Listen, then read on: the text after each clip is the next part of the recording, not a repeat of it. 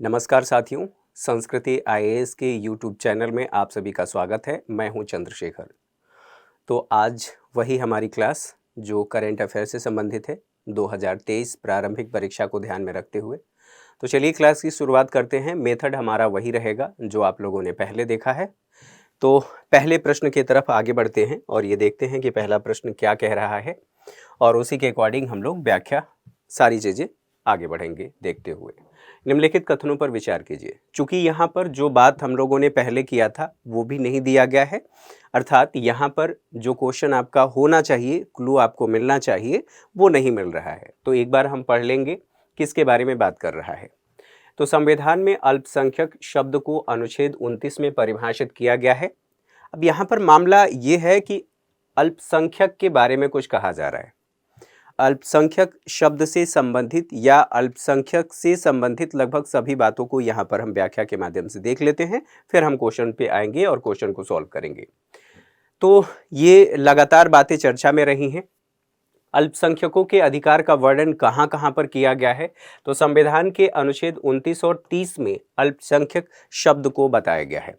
यहाँ पर ध्यान रहे कि अल्पसंख्यक शब्द को परिभाषित नहीं किया गया है, उससे संबंधित अर्थात अल्पसंख्यकों से संबंधित प्रावधान इसमें किया गया है। तो दो बातें हैं, अल्पसंख्यक शब्द परिभाषित नहीं है। साथ ही साथ अनुच्छेद 350 बी की बात करें तो भाषाई अल्पसंख्यकों हेतु विशेष अधिकारी की नियुक्ति का प्रावधान किया गया है।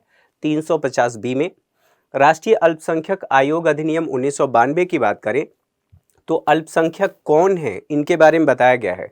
मुस्लिम हैं, ईसाई हैं, सिख हैं, बौद्ध हैं, जैन हैं और पारसी, इनको कहा गया है कि ये अल्पसंख्यक हैं। तो यहाँ पर चूंकि भाषाई शब्द का प्रयोग किया गया है तो आप लोग स्वतः ही अनुमान लगा सकते हैं कि भाषा के आधार पर भी बात की जा रही है।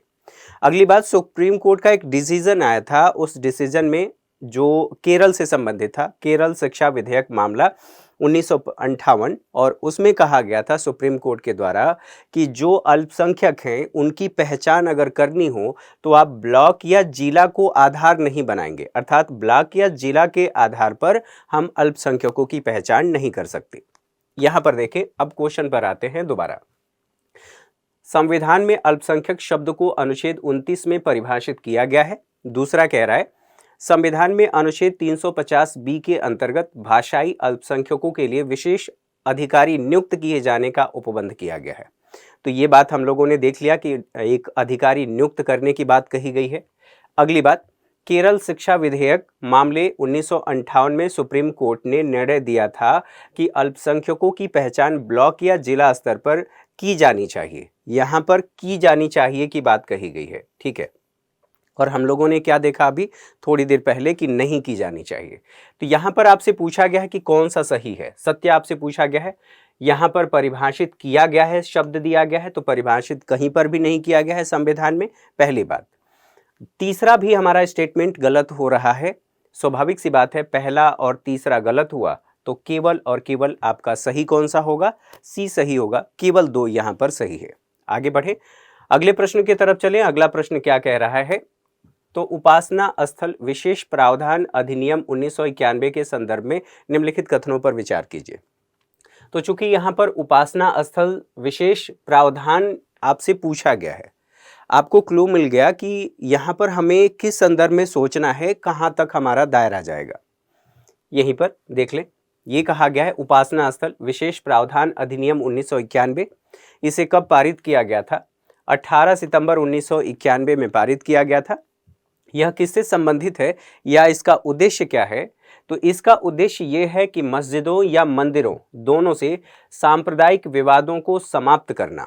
अगर यहाँ से कोई सांप्रदायिक समस्याएं उत्पन्न हो रही हैं, उनको समाप्त करने से ये संबंधित है, इसका उद्देश्य यही है।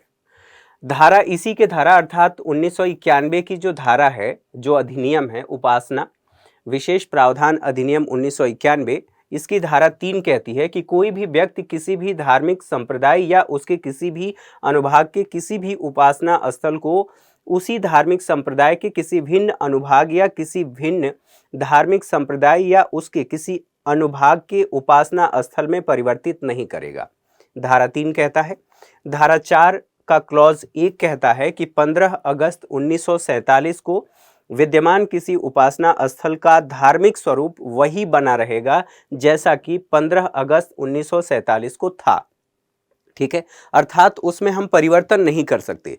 ये क्यों किया गया? क्योंकि जब हमारा संविधान बना, लागू हुआ और जो हमने विभाजन देखा, उस विभाजन के आधार पर, चूंकि पाकिस्तान का विभाजन धर्म के आधार पर हुआ था, तो धार्मिक रूप से जो अल्पसंख्यक हैं या जो अल्पसंख्यक समुदाय के लोग हैं या विविध धार्मिक समुदाय हैं, उन धार्मिक समुदायों को हमारे संविधान में और इस देश में सुरक्षा प्रदान करने के लिए, एक विश्वास दिलाने के लिए ऐसा किया गया कि आपके जो धार्मिक अधिकार हैं वो सुरक्षित रहेंगे।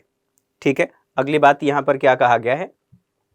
साथ ही साथ इसी से संबंधित धारा 4(2) अर्थात क्लॉज 2 की बात की जा रही है। 15 अगस्त 1947 को मौजूद किसी भी उपासना स्थल के धार्मिक स्वरूप में परिवर्तन के संबंध में किसी भी न्यायालय, अधिकरण या किसी अन्य प्राधिकारी के समक्ष लंबित कोई भी मुकदमा या कानूनी कार्यवाही समाप्त हो जाएगी और कोई नया मुकदमा या कानूनी कार्यवाही शुरू नहीं की जाएगी। जो मामले लंबित हैं उनको समाप्त कर दिया जाएगा और कोई भी ऐसी कार्यवाही नहीं की जाएगी जिससे किसी के धार्मिक भावनाएं या किसी की धार्मिक भावनाओं को ठेस पहुंचती हो। साथ ही 15 अगस्त 1947 के बाद तथा इस अधिनियम के लागू होने से पहले किसी उपासना स्थल का धार्मिक स्वरूप बदला गया है और उससे संबंधित कोई वाद या अपील किसी न्यायालय में लंबित है तो उसका निर्णय धारा 4(1) के अनुसार ही होगा जो ऊपर बताया गया है। ठीक है, धारा 5 क्या कहती है कि इस अधिनियम की कोई धारा राम जन्मभूमि बाबरी मस्जिद मसले से संबंधित किसी भी मुकदमे या अपील की बात की जा रही है या कार्यवाही पर लागू नहीं होगी। तो यहाँ पर उसे स्पेशली छूट दी गई थी। जो बाबरी मस्जिद से संबंधित या राम जन्मभूमि से संबंधित जो विवाद है, उन विवादों की बात की जा रही है। तो यहाँ पर हम लोगों ने देख लिया और देखने के बाद अब आ जाते हैं यहाँ पर धारा 6। उल्लंघन अगर किया जाता है इस अधिनियम का, अर्थात 1991 के अधिनियम का उल्लंघन किया जाता है तो यहाँ पर अधिकतम 3 वर्ष तक की सजा दी जा सकती है। अधिकतम 3 वर्ष की बात कही गई है। अगली बात, ये लागू कहाँ पर नहीं होगा? प्राचीन स्मारक है या पुरातत्व स्थल है एवं अवशेष अधिनियम जो 1958 है उसके तहत कोई भी स्थल है, प्राचीन स्थल की बात कही गई है, पुरास्थल की बात कही गई है, उसके तहत अगर संरक्षित है तो उस पर यह लागू नहीं होगा। साथ ही साथ अधिनियम के लागू होने से पूर्व अंतिम रूप से निपटाया जा चुका वाद पर भी ये लागू नहीं होगा। अर्थात इसके लागू होने से पहले अगर कोई मुकदमा है उसे सुलझा लिया गया है तो उस पर भी ये लागू नहीं होगा क्योंकि पहले ही सुलझा लिया गया है। अधिनियम के लागू होने से पूर्व आपसी सहमति से सुलझाया जा चुका अगर कोई विवाद है या कोई वाद है या कोई मामला है उस पर भी ये लागू नहीं होगा। तो इन बातों को समझने के बाद, चूंकि इसकी व्याख्या काफी लंबी है, तो अब यहां पर देख लेते हैं क्या कहा गया है। प्राचीन स्मारक और पुरातत्व स्थल एवं अवशेष अधिनियम 1958 द्वारा संरक्षित किसी पुरातात्विक स्थल पर अधिनियम लागू नहीं होता है। दूसरा कह रहा है इस अधिनियम की कोई धारा राम जन्मभूमि बाबरी मस्जिद मामले से संबंधित किसी भी मुकदमे, अपील या कार्यवाही पर लागू नहीं होती है। ठीक है। तीसरा कह रहा है यदि इस अधिनियम के लागू होने से पहले ही किसी विवाद को दोनों पक्षों द्वारा आपसी सहमति से सुलझाया जा चुका हो तो उस पर भी यह अधिनियम लागू नहीं होता। अब यहाँ पर जो दूसरा प्रश्न है इसको ध्यान रखें, आपसे क्या क्या पूछा गया है। तो तीनों ही जो बातें दी गई हैं, स्टेटमेंट दिया गया है वो सही है, आपसे सही पूछा गया है। आपका सही विकल्प कौन सा होगा? डी हो जाएगा। ठीक है, आगे बढ़ें और देख लें और कौन कौन से प्रश्न हैं। यहाँ पर ध्यान दें। तीसरा प्रश्न, एक देश एक चुनाव के बारे में आपसे पूछा जा रहा है। 1 नेशन 1 इलेक्शन, निम्नलिखित कथनों पर विचार कीजिए। अब इसको वही मेथड हम स्किप करते हैं, एक बार देख लें। वर्तमान जो चुनाव प्रणाली है उस चुनाव प्रणाली के तहत भारत में लोकसभा और राज्यों की विधानसभाओं का प्रत्येक 5 वर्ष बाद चुनाव होता है। ठीक है, अब यहां पर दोनों की बात की जाती है। 5 वर्ष के लिए चुनाव होता है। अगर बीच में कोई कार्यकाल समाप्त नहीं होता है या लोकसभा या राज्यों की विधानसभा भंग नहीं होती हैं तो यह 5 वर्ष के लिए लागू होता है। अगली बात, चुनाव कार्य लगभग सालों भर चलता रहता है। समस्या क्या होती है कि अगर कोई सरकार बर्खास्त हो गई या लोकसभा या विधानसभा भंग हो गई, ऐसी स्थिति में चुनाव होता रहता है और ये प्रक्रिया किसी न किसी क्षेत्र में, किसी न किसी राज्य में चलती रहती है। अब इसी के आधार पर कहा गया है 5 वर्ष में विधानसभाओं और लोकसभा के चुनाव एक साथ कराया जाना। ठीक है, ये बात कही गई है किसके तहत? एक देश एक चुनाव के तहत, वन नेशन वन इलेक्शन के तहत। मतदाता की बात करें तो एक ही दिन इसके तहत अर्थात वन नेशन वन इलेक्शन के तहत जो लोकसभा है और जो विधानसभा है अर्थात राज्यों की विधानसभा, उन दोनों के लिए मतदान करेंगे और मतदान करके 5 साल के लिए उनका चुनाव करेंगे। अब यहां पर बात कर लें कि क्या यह व्यवस्था पहले भारत में लागू थी या नहीं थी। तो पहले से यह भारत में व्यवस्था लागू थी, बाद में ये परिवर्तित हो गया। ये कब कब चुनाव हुआ है अर्थात लोकसभा और विधानसभा के चुनाव कब तक साथ हुए हैं? तो 1952 में हुआ था जो चुनाव हुआ था, 57 में हुआ था, 62 में हुआ था और 67 में हुआ था। तो 4 बार एक साथ लोकसभा और विधानसभाओं के चुनाव हुए हैं, लेकिन कुछ कारणों से या कुछ समस्याएं हुई, उसकी वजह से ये जो सिलसिला था वो टूट गया। सिलसिला कैसे टूटा? तो वर्ष 1968 और 69 की बात की जाती है। विधानसभाओं का समय से पूर्व विघटन हो गया, राज्यों की विधानसभाओं की बात की जा रही है, और वहीं से जो ये प्रणाली है एक साथ अर्थात लोकसभा और विधानसभा का चुनाव एक साथ कराया जाए, वो समाप्त हो गया। और समाप्त होने के साथ ही अब ये है कि जो अलग अलग राज्यों की विधानसभाओं और लोकसभा का चुनाव होता है, उसको ध्यान में रखते हुए फिर से इस बात की मांग उठने लगी कि दोनों का चुनाव एक साथ कराया जाना चाहिए। अब बात यह है कि अगर हमें वन नेशन वन इलेक्शन के तहत चुनाव कराना हो तो हमें क्या क्या करना होगा। एक राष्ट्र एक चुनाव के कार्यान्वयन हेतु निम्नलिखित अनुच्छेदों में हमें संशोधन करने की आवश्यकता होगी। जैसे अनुच्छेद 83 संसद के सदनों की अवधि से संबंधित है। अनुच्छेद 85 की बात करें तो राष्ट्रपति द्वारा लोकसभा के विघटन से संबंधित प्रावधान इसमें दिए गए हैं। अनुच्छेद 172 की बात करें तो राज्य विधानसभाओं की अवधि से संबंधित है। अनुच्छेद 174 की बात करें तो राज्य विधानसभाओं के विघटन से संबंधित प्रावधान दिए गए हैं। संविधान के अनुच्छेद 356 की बात करें तो केंद्र सरकार द्वारा राज्य में संवैधानिक मशीनरी की विफलता के कारण जो राष्ट्रपति शासन लगाया जाता है उससे संबंधित है। इन सभी अनुच्छेदों में पहले संशोधन करना होगा, तब जाकर के हम इस व्यवस्था को वन नेशन वन इलेक्शन की व्यवस्था को लागू कर पाएंगे। अब अपने क्वेश्चन पर आते हैं और क्वेश्चन देख लेते हैं क्या कह रहा था। तो ये कहा गया है कि वन नेशन वन इलेक्शन से संबंधित निम्नलिखित कथनों पर विचार कीजिए।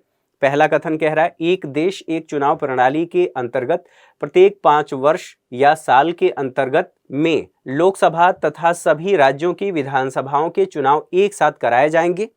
दूसरी बात, मतदाता एक ही दिन में चरणबद्ध तरीके से लोकसभा और राज्य विधानसभाओं के सदस्यों के चुनाव के लिए अपना वोट डाल सकेंगे। तीसरा क्या कह रहा है, भारत में 1952 से 1977 तक लोकसभा और विधानसभाओं के चुनाव एक साथ आयोजित हो चुके हैं। अब यहां पर ध्यान रखें कि 77 दिया है और इसी आधार पर आपका ये गलत हो जाएगा। तो देखें, ये तीसरा स्टेटमेंट गलत है, बाकी पहला और दूसरा आपका सही है। स्वाभाविक सी बात है, तीसरे को आप यहां पर स्किप करेंगे तो केवल और केवल आप ए विकल्प को चुनेंगे। क्लियर? आगे बढ़ें, अगले क्वेश्चन को देख लें। अगला क्वेश्चन क्या कहता है यहां पर, केंद्रीय सूचना आयोग के आयुक्त व सदस्यों को कौन पद से हटा सकता है। अब यहां पर CIC के बारे में बात कही जा रही है।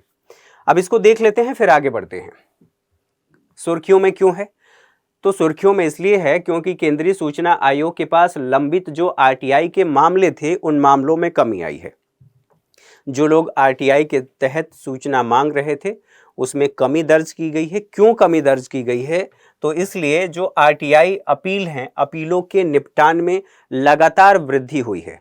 मतलब RTI के तहत जो भी सूचनाएं मांगी जा रही थी उनमें उनको निपटाने की जो प्रक्रिया है वो तेज हो गई है, इसलिए यहां पर यह विषय चर्चा में रहा है। इससे संबंधित बातों को देख लें। तो केंद्रीय सूचना आयोग, ठीक है, स्थापना की बात करें वर्ष 2005 में किया गया था। RTI एक्ट 2005 के अंतर्गत किया गया था। शासकीय राजपत्र अधिसूचना द्वारा किया गया था, स्वाभाविक सी बात है, तो इसी आधार पर हम एज्यूम कर सकते हैं कि यह संवैधानिक संस्था नहीं है, संवैधानिक निकाय नहीं है। ठीक है, तो यहां पर CIC की बात करें तो उच्च प्राधिकार युक्त यह स्वतंत्र निकाय है। ये कार्य क्या करता है, तो इसके पास जो भी शिकायतें आती हैं उन दर्ज शिकायतों का निराकरण करने का प्रयास करता है। इसी से संबंधित कुछ और बातों को देख लें तो सुनवाई किन किन मामलों की करता है, तो शिकायतों एवं अपीलों की सुनवाई करता है। संघ सरकार, ठीक है, संघ शासित प्रदेशों के अधीन जो कार्यरत कार्यालय हैं उनसे संबंधित जो शिकायतें आती हैं उनकी सुनवाई करता है। वित्तीय संस्थानों से संबंधित, यहां पर दोनों की बात की जा रही है, केंद्र और संघ शासित जो प्रदेश हैं उन सब के जो अधीन कार्यरत कार्यालय हैं या संस्थान हैं उनकी बात की जा रही है। तो वित्तीय संस्थानों और सार्वजनिक क्षेत्र के जो उपक्रम हैं उनकी बात की जा रही है। यहां पर संरचना की बात करें तो पहले संरचना क्या थी, तो पहले 1+5 था, ठीक है। वर्तमान में 1+6 है, अर्थात एक चीफ इलेक्शन कमिश्नर होते हैं, एक आयुक्त होते हैं और 5 अन्य सदस्य होते हैं, ठीक है। वर्तमान स्थिति अर्थात 2019 में संशोधन किया गया था, संशोधन के बाद इसे एक जो मुख्य सूचना आयुक्त हैं वो और 6 अन्य इसमें हो सकते हैं। अभी प्रावधान कर दिया गया है। अधिकतम कितने हो सकते हैं आयुक्त, तो अधिकतम आयुक्तों की संख्या कुल 10 हो सकती है। अभी कितनी है, 6+1, ठीक है। नियुक्ति किनके द्वारा किया जाता है, तो राष्ट्रपति के द्वारा इनकी नियुक्ति की जाती है। सिफारिश अर्थात राष्ट्रपति क्या स्वतः ही कर लेते हैं, तो स्वतः नहीं करते, बल्कि एक समिति गठित की जाती है और वो समिति सुझाव देती है राष्ट्रपति को, उस आधार पर इनकी नियुक्ति की जाती है। समिति में कौन कौन से होते हैं या जो समिति सिफारिश देती है उसमें कौन कौन से व्यक्ति शामिल होते हैं, तो हमारे देश के प्रधानमंत्री होते हैं और लोकसभा में विपक्ष के नेता होते हैं। इसके साथ साथ प्रधानमंत्री द्वारा मनोनीत एक कैबिनेट मंत्री भी 3 सदस्यीय समिति होती है, इन तीनों लोगों से मिलकर के बनती है और ये जो सुझाव देते हैं उसी के आधार पर राष्ट्रपति इनकी नियुक्ति करते हैं। यहां पर महत्वपूर्ण बात यह भी है कि CIC की बात करें तो पुनर्नियुक्ति के वो पात्र नहीं होते हैं, अर्थात दोबारा उनकी नियुक्ति नहीं की जा सकती। अगली बात यहां पर कहा गया है इनका कार्यकाल क्या होता है, तो कार्यकाल 3 वर्ष या अधिकतम 65 वर्ष जो भी पहले हो उसके अनुसार। कार्य और शक्तियों की बात करें तो ये समन जारी करना इनकी शक्ति है। इनका कार्य है दस्तावेजों का प्रकटीकरण, अगर कोई जानकारी मांगी गई है तो प्रकटीकरण। इनके पास जो शक्तियां हैं वो सिविल न्यायालय के समान हैं। जांच ये किस आधार पर करते हैं, तो RTI एक्ट 2005 के तहत जो शक्तियां दी गई हैं उनके आधार पर ये जांच करते हैं। जो इनसे मांगी गई सूचना है उससे संबंधित शिकायतों की भी ये जांच करते हैं। तो यहां पर लगभग इससे संबंधित सभी बातों को देखने के बाद अब बात कर लें इनकी पद मुक्ति, कैसे इनको पद से हटाया जा सकता है। यदि ये दिवालिया हो जाएं तो राष्ट्रपति इनको पद से हटा सकते हैं। जो 3 वर्ष और 65 वर्ष दिया गया है उसके आधार पर उससे पहले भी किया जा सकता है। अपराध के संबंध में अगर दोषी पाए जाते हैं या नैतिक चरित्रहीनता पाया जाता है राष्ट्रपति की नजर में, तो राष्ट्रपति इन्हें पद मुक्त कर सकते हैं समय से पहले, कार्यकाल पूरा होने से पहले। किसी अन्य लाभ के पद पर यदि ये यहां पर रहते हुए किसी अन्य लाभ के पद पर कार्यरत होते हैं और वहां से लाभ प्राप्त करते हैं तो इनको पद से हटाया जा सकता है। जांच कौन करेगा, तो राष्ट्रपति एक सर्वोच्च न्यायालय या उच्च न्यायालय को सौंपेंगे यह मामला और उच्च न्यायालय जांच करके अपने सिफारिश देगी, अर्थात रिपोर्ट आएगा। रिपोर्ट के आधार पर जो यहां से सुझाव दिया जाएगा उसके आधार पर राष्ट्रपति इन्हें पद मुक्त कर सकते हैं। सभी सदस्यों की बात की जा रही है, ठीक है। 6+1। इनके वेतन और भत्ते की बात करें तो वेतन और भत्ते सरकार द्वारा निर्धारित होते हैं, लेकिन इनके कार्यकाल के दौरान इनके न तो वेतन और न ही भत्ते में कोई भी अलाभकारी परिवर्तन नहीं किया जा सकता। मतलब कहने का ये है कि इनको जो मिल रहा है उसमें कटौती नहीं की जा सकती, अलाभकारी परिवर्तन नहीं किया जा सकता। इन सभी बातों को देखने के बाद पुनः अपने क्वेश्चन पर आते हैं और यहां पर देख लें क्या कहा जा रहा है। केंद्रीय सूचना आयुक्त के आयुक्त व अन्य सदस्यों को कौन पद से हटा सकता है, स्वाभाविक सी बात है राष्ट्रपति हटा सकता है, ठीक है। यहां पर अब किसके आधार पर हटाया जा सकता है, तो एक तो ये आपका है, अगर ये ऑप्शन नहीं होता तो आप इसको लगाते, लेकिन हमारे पास ऑप्शन ये है कि उच्चतम न्यायालय की जांच के बाद राष्ट्रपति हटा सकता है, बाकी सबको कट कर दीजिए। संक्षेप में अगर ये नहीं होता तो फिर आप इसको लगाते, कोई दिक्कत नहीं थी, लेकिन विस्तार से बताया गया है, इसे आप लोगों को ध्यान रखना है। आगे बढ़ें, अगले क्वेश्चन को देख लें। अगला क्वेश्चन क्या कह रहा है, तो यहां पर 5वें क्वेश्चन पर बात कर लेते हैं। निम्नलिखित कथनों पर विचार कीजिए। राष्ट्रपति को मृत्यु दंड का निलंबन, परिहार और लघुकरण करने की शक्ति है, परंतु राज्यपाल को ऐसी कोई शक्ति प्राप्त नहीं है। अब यहाँ पर राज्यपाल और राष्ट्रपति के बारे में कुछ बातें की जा रही हैं, इन्हीं से संबंधित व्याख्या देख लेते हैं और दोनों का हम तुलनात्मक अध्ययन कर लेते हैं कि राष्ट्रपति को कितनी शक्तियां हैं और राज्यपाल को कितनी शक्तियां हैं।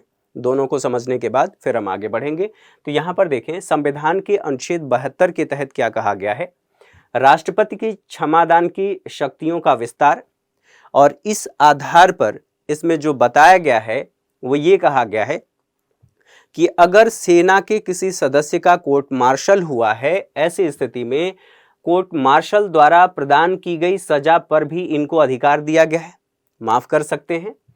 मृत्युदंड के मामले में भी क्षमा प्रदान करने की शक्तियां किसके पास है, हमारे राष्ट्रपति के पास। अब राज्यपाल की बात कर लें। संविधान के अनुच्छेद 161 के तहत राज्यपाल की क्षमादान शक्ति से अधिक व्यापक ये नहीं है, ठीक है, ऐसी कोई शक्ति प्रदान इनको नहीं की गई है। साथ ही साथ मृत्युदंड को क्षमा करने की शक्ति को छोड़ करके किसको, राज्यपाल को मृत्युदंड को ये क्षमा नहीं कर सकते, ये कहा गया है। अगली बात ये कही गई है कि मृत्युदंड का निलंबन, परिहार और लघुकरण करने की शक्ति किसके पास है, राज्यपाल के पास है, ठीक है। जब हम इसकी बात कर रहे हैं कि लघुकरण, परिहार, तो इसको देख लेते हैं। लघुकरण का मतलब क्या है? लघुकरण का मतलब यह है कि सजा की प्रकृति में बदलाव कर देना। अगर किसी को फांसी की सजा दी गई है तो उसे आजीवन कारावास में बदला जा सकता है, तो इसकी प्रकृति में बदलाव कर दिया गया। कठोर सजा को हल्की सजा में बदल देना, ठीक है। परिहार की बात करें तो सजा की प्रकृति में बदलाव नहीं करता है ये, बल्कि सजा की अवधि को कम कर देता है। तो इससे संबंधित दोनों को हम लोगों ने देख लिया। अब इन बातों को समझने के बाद यहां पर अपने पुनः क्वेश्चन पर आते हैं और क्वेश्चन को देख लेते हैं। राष्ट्रपति को मृत्युदंड का निलंबन, परिहार और लघुकरण करने की शक्ति है, परंतु राज्यपाल को ऐसी कोई शक्ति प्राप्त नहीं है। जो दूसरा स्टेटमेंट है, परिहार, रिमेशन की बात की जा रही है, के अंतर्गत सजा की प्रकृति को बदलते हुए कठोर सजा को हल्की सजा में बदल दिया जाता है। तीसरा कह रहा है, लघुकरण के अंतर्गत सजा की प्रकृति में बदलाव किए बिना सजा की अवधि को कम कर दिया जाता है। तो यहां पर असत्य आपसे पूछा गया है, न कि सत्य पूछा गया है। तो यहां पर देखें, सबको देखने के बाद यहां जो आपसे पूछा गया है उसके आधार पर सभी ही यहां पर असत्य हैं। डी ऑप्शन आपका सही होगा। तो आई थिंक आप लोगों को बेहतर कंटेंट मिला होगा। आप हमारे चैनल को सब्सक्राइब जरूर करें। अपने वैल्यूएबल कमेंट के माध्यम से आप प्रतिक्रियाएं जरूर दें। आपकी प्रतिक्रियाएं हमारे लिए बहुत महत्वपूर्ण है। अगली क्लास में हमारी मुलाकात होगी। तब तक के लिए नमस्कार। आप सभी को बहुत बहुत धन्यवाद। Thank you very much.